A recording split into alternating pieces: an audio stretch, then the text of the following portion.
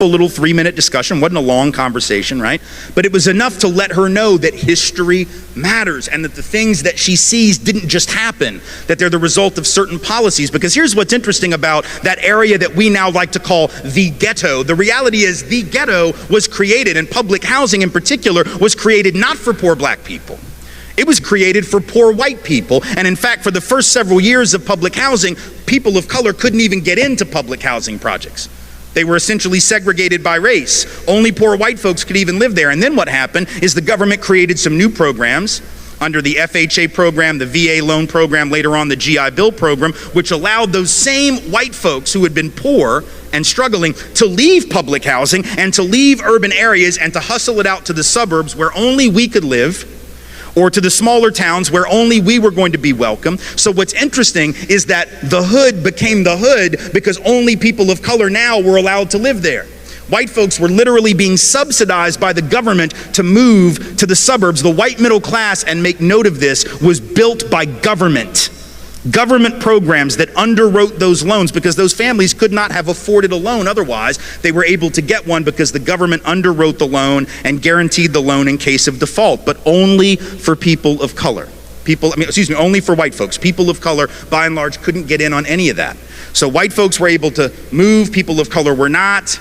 Certain neighborhoods deteriorated economically, other neighborhoods went up in value. At the very same time, the government was doing what they called urban renewal, which meant they came through black neighborhoods and Latino neighborhoods, and they built interstates right through the heart of the community, right? Knocking down black homes, black apartments, knocking down black-owned businesses all around the country. Between 1950 and 1970, about 1 in 5 apartments or houses lived in by black folks was knocked to the ground for economic development purposes, even though people of color couldn't benefit from almost any of that economic development. So that's how our communities come to look the way they look. But if we don't know that, and if I don't tell my daughter that, but maybe, let's say I don't tell her because I don't know. What if I don't know the history? What if I don't do this work and therefore don't know the answer? What do you think my daughter is going to assume is the answer? What would you assume is the answer? You know what we would assume if we're not taught the history? We would default to the position of this culture, which says what? Wherever you end up, it's all about you. So if you're living in a poor neighborhood, it's just because you didn't work hard enough. And if you live in an affluent neighborhood, it's obviously because you're smarter, right? The default position of America is this notion of rugged individualism and meritocracy, and wherever you end up is all about your own genius, your own effort, your own morality, your own cultural ethics. That's what we believe, and we believe that even though there is no such thing as a rugged individual in the history of human beings. How do I know that? Very simple. Wagwan, me good people, welcome to yet another interesting episode on African burial. This is my channel. If you haven't subscribed yet, kindly do so. I honestly appreciate. And to all of those my gang who have already subscribed, who have already always supports me, I appreciate. God blessing, naf love from your girl African burial to you, my people. So today we are talking about, or we're gonna listen a very powerful speech, very powerful speech, and this is a speech that is given by Dr. Tim Wise, and he's just there enlightening these black folks, and this has excited Jamaicans. Most of Jamaicans have been impressed with this speech, and especially those that are in relationship with the United States of America. They are very impressed by this speech. This speech was a very powerful, touching speech that gets to eye-open most of the black or people of the color, if that's right. So thank you guys for watching. Let's get to listen the rest of the speech, and let me know your powerful or your honest 2 cents about the speech. For me, it's a very powerful eye-opener speech, especially if you are among the people of color. We all are. So thank you, my people. Let's watch till the end. All credits goes to the original creator of the video, and I will come back with my honest 2 cents. Make sure you watch till the end and subscribe if you haven't. social creatures by definition. We've never lived in isolation from one another. We've always lived in families and tribes and communities, nations, right? If you ever meet someone who's actually a rugged individual and hasn't been raised in a social context, you need to get the hell away from that person. They would be like a feral animal, right? They would be wild. It'd be like being raised on an island by a porpoise. They wouldn't even know how to have language. They'd probably try to eat you because they wouldn't understand there's like a taboo against that, right? You need to get the hell away from anybody who's actually a rugged individual, because there are no such thing. And certainly, let me just say this, if you inherited $200 million from your daddy's real estate empire, you sure as hell are not a self-made anything or a rugged individual. You might want to write that shit down.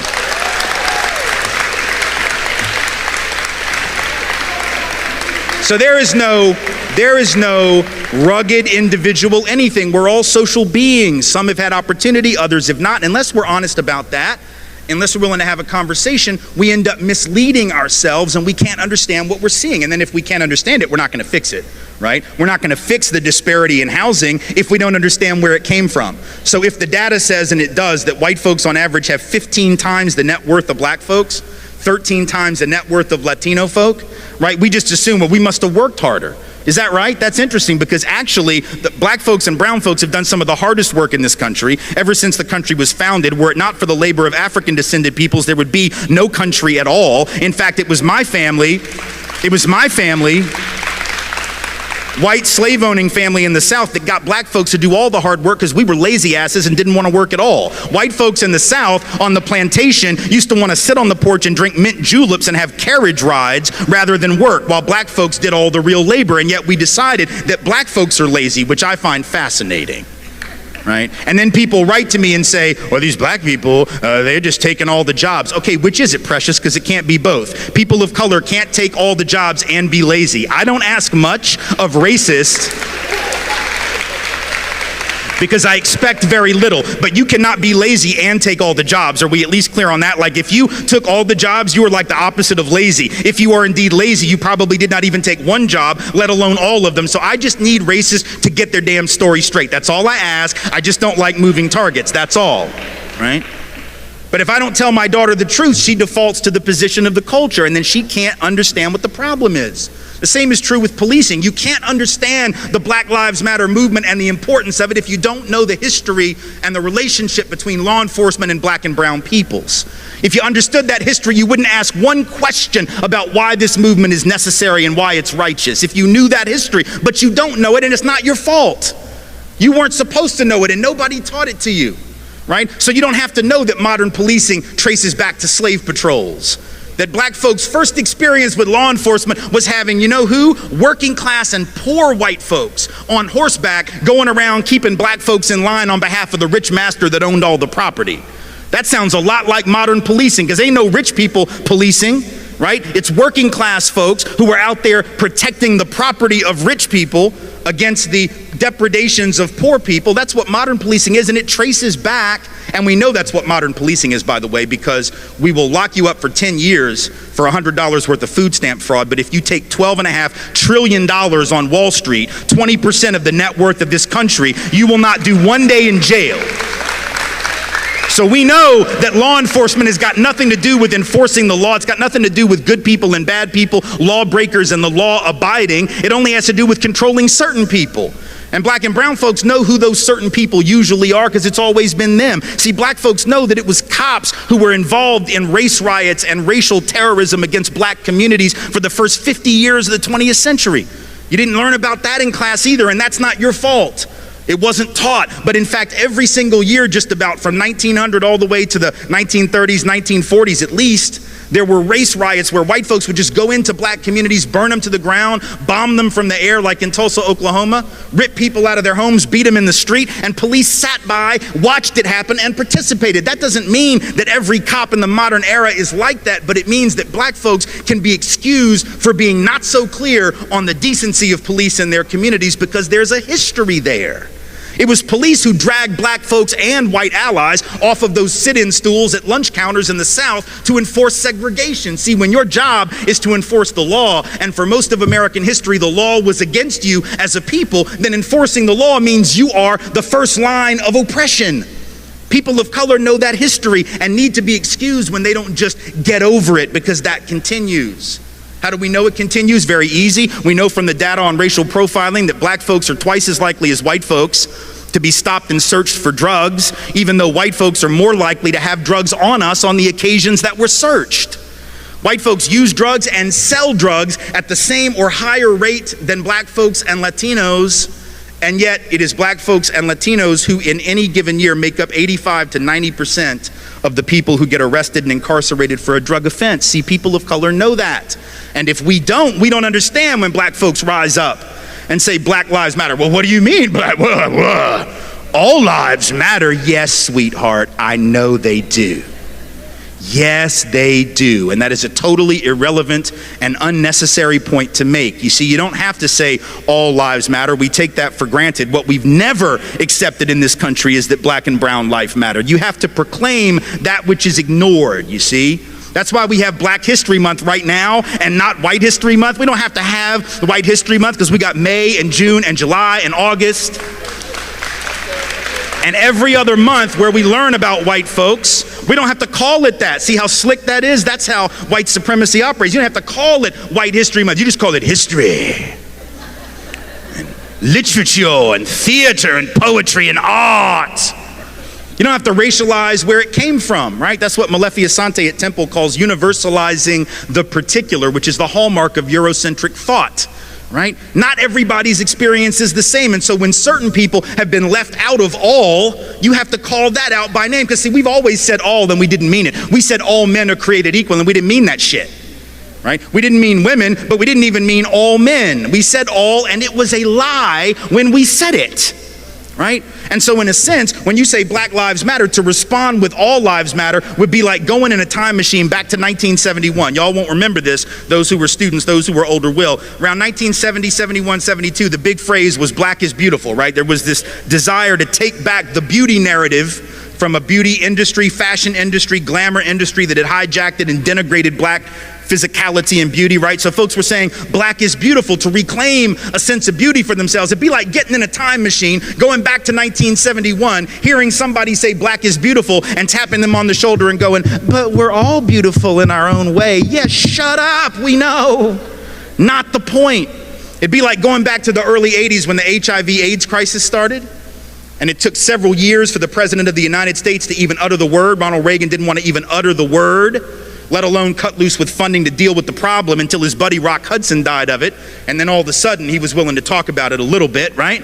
So for the first several years, what'd you have? You had activists out in the street. You had ACT UP, gay men's health crisis, out in the street demanding research and funding for HIV/AIDS, right? And what they were saying in effect was people with AIDS lives matter. That wasn't the actual phrase, and we didn't have hashtags, but that was essentially what they were saying, right? People with AIDS lives matter, and we need to pay attention, because right now we're not paying attention to that. And we don't seem to believe it as a society, so we need to start believing it. It would be like getting in a time machine, going back to 1983, 82, in the middle of an ACT UP event or a gay men's health crisis event, and shutting down the protest by saying, yeah, but what about pancreatic cancer? People die of all kinds of things, right? Sort of not the point. You have to proclaim that which is ignored. And if we know the history, we understand that, right? Because if we know the history, we know that it is indeed black life, and I would suggest brown life, life of color generally, indigenous life, that is usually denigrated, demeaned, ignored. On a sexual level, it's trans lives that are demeaned, ignored, right?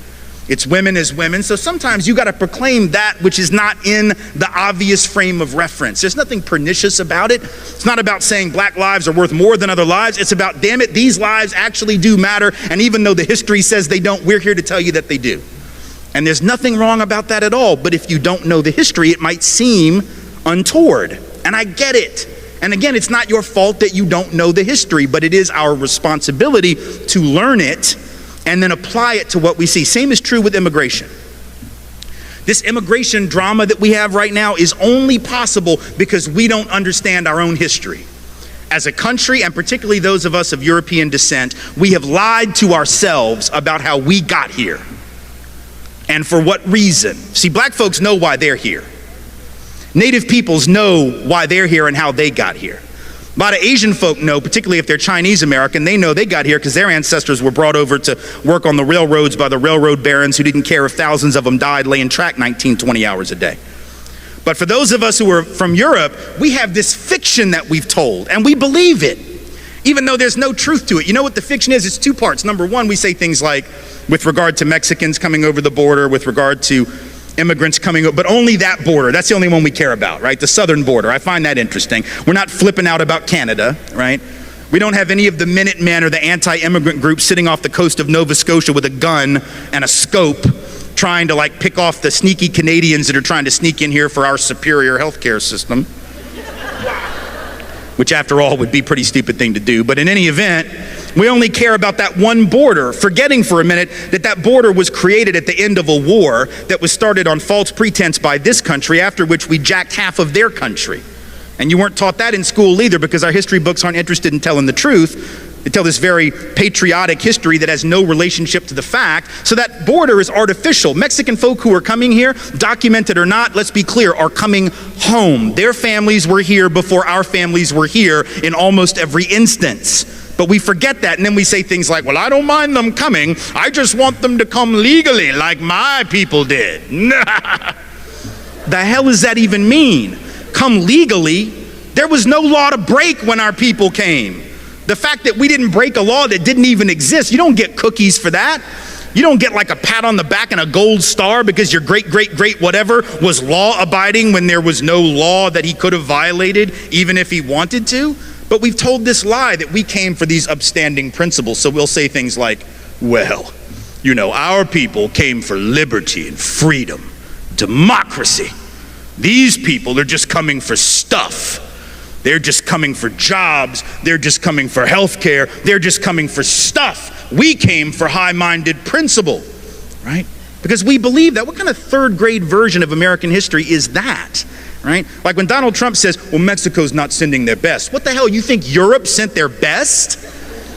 Europe, no, our people were the losers of Europe. I'm not trying to be an asshole, I'm just telling you the truth. Like, our people were the losers of Europe. The winners didn't get on the boat. You understand what I'm saying? The winners didn't leave. Why the hell would you leave if you were winning? Only the losers left because they had no choice. They were dying, they were starving, they couldn't support their families. A lot of them were convicts who were sold into indentured servitude to work for rich European people.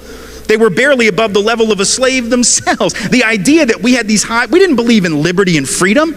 And we know that because once we got to the colonies, we set up the opposite of liberty and freedom. And I don't just mean that for like black folks and native folks. I mean even for other white folks. Like we spent most of the time in the early colonies trying to figure out who the witch was, right?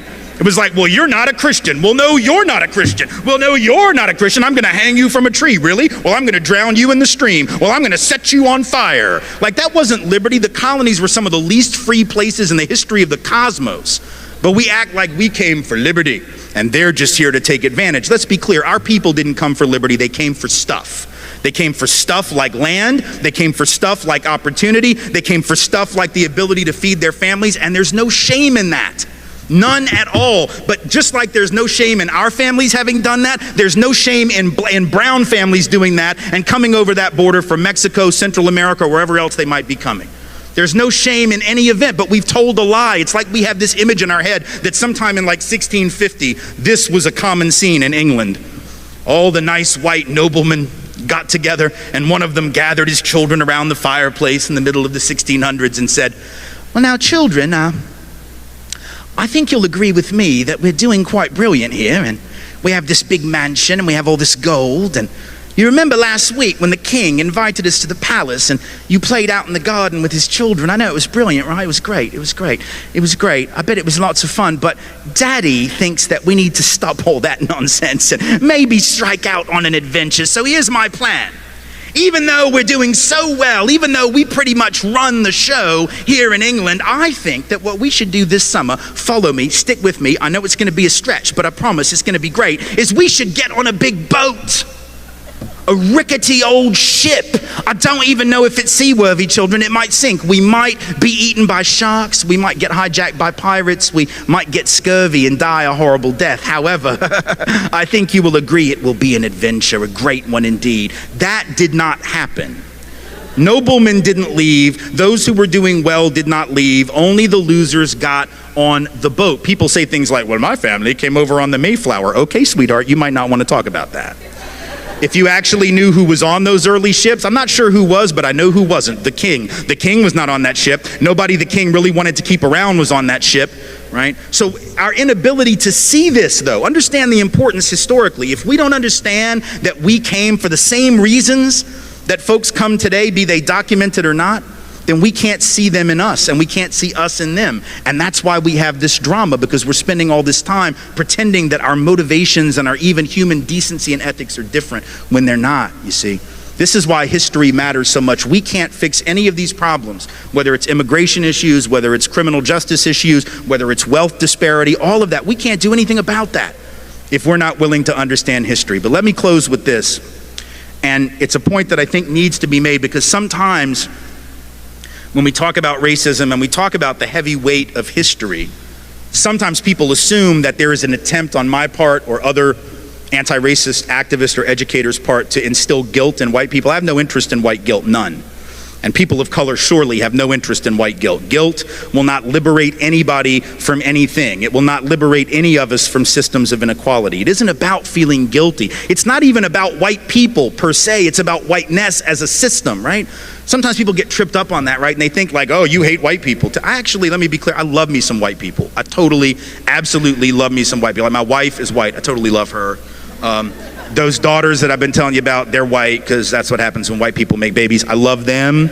My mom, love her, nice white lady. And my dad and I don't get along, but it's not because he's white. It's about some other shit that we don't have time to process tonight. But if you read my book, White Like Me, you'll know what some of that is. We don't have to talk about that. It's not about white people. It's about whiteness. It's about a system of white supremacy that has turned us against one another, right?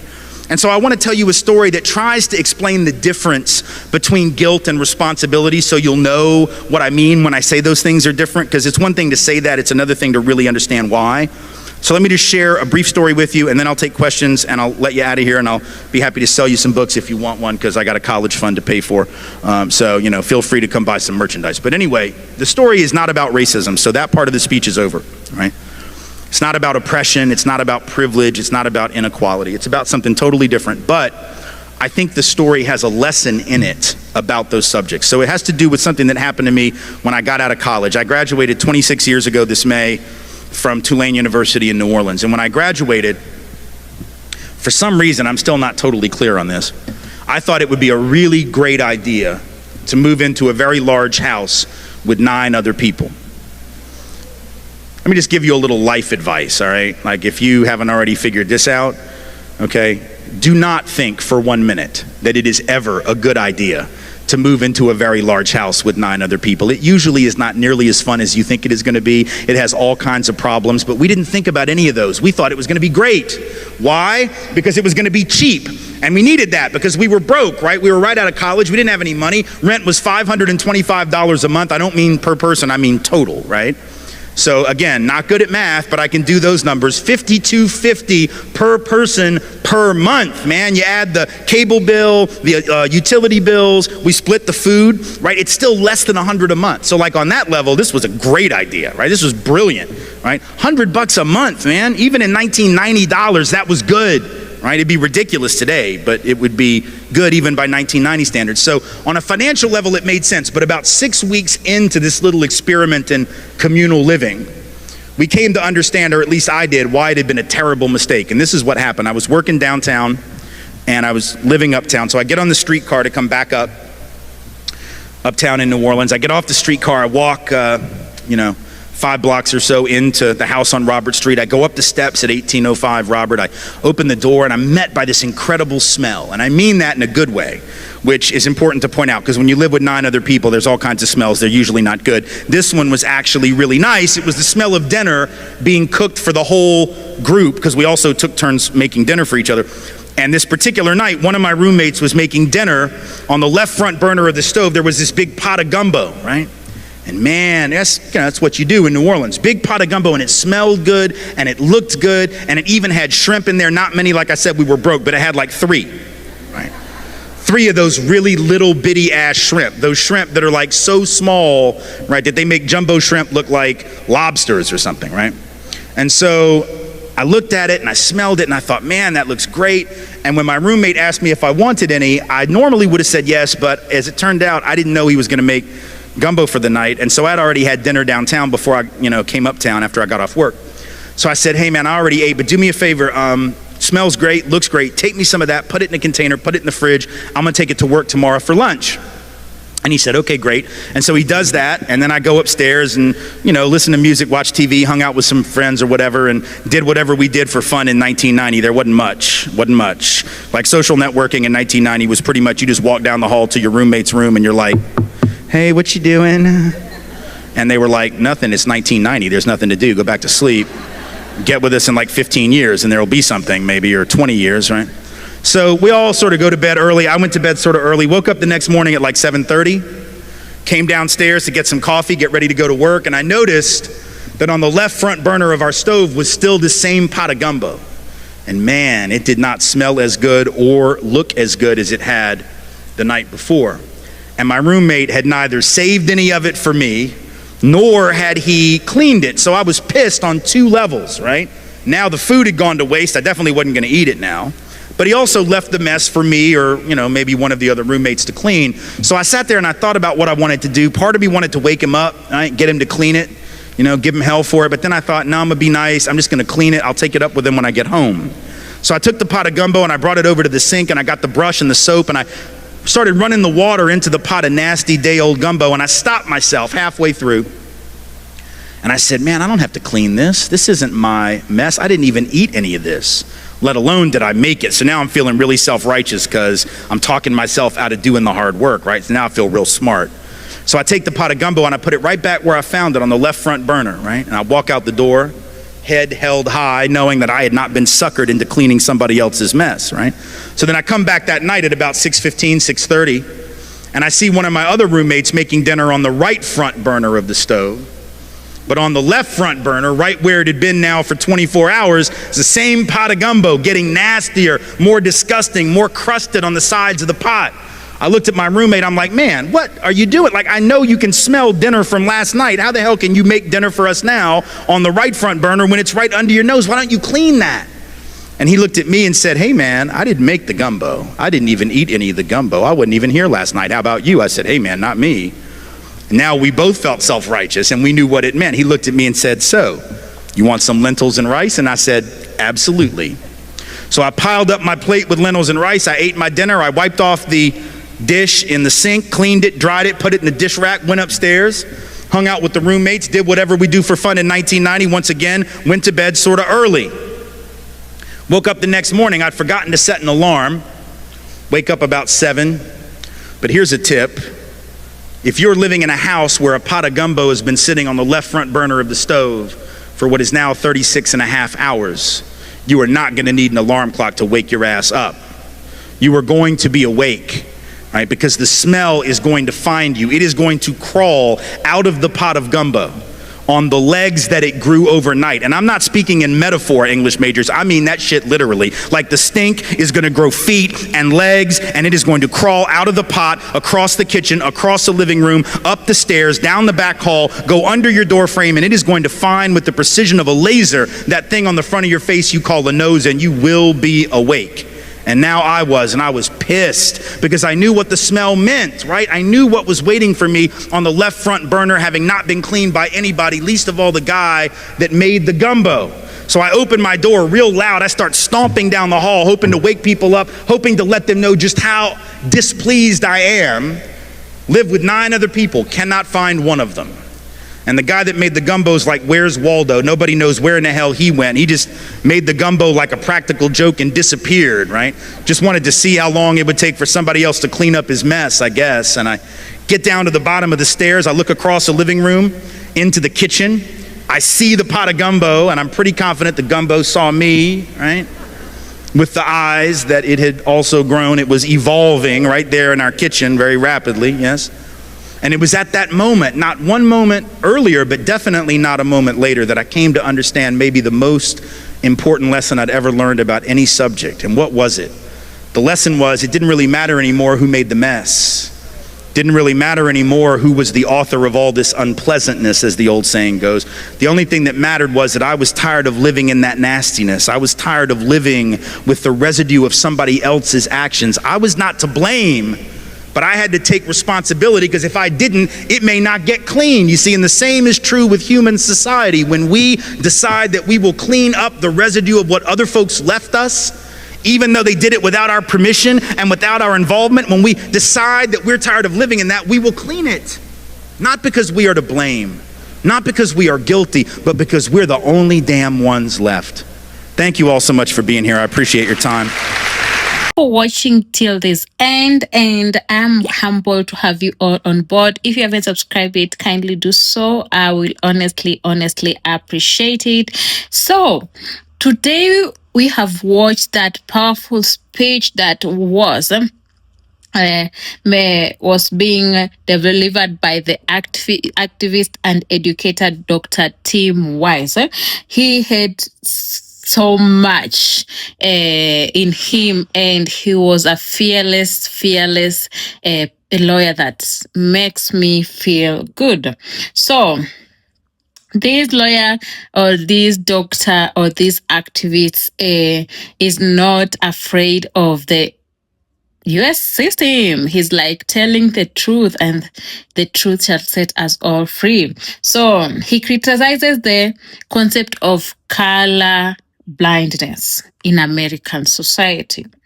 And he explores how people ignore race and historical context to prevent the nation from addressing deep seated systematic inequalities. And this comes where he talks about the housing system, how the houses were initially meant for the white folks, and now these houses have been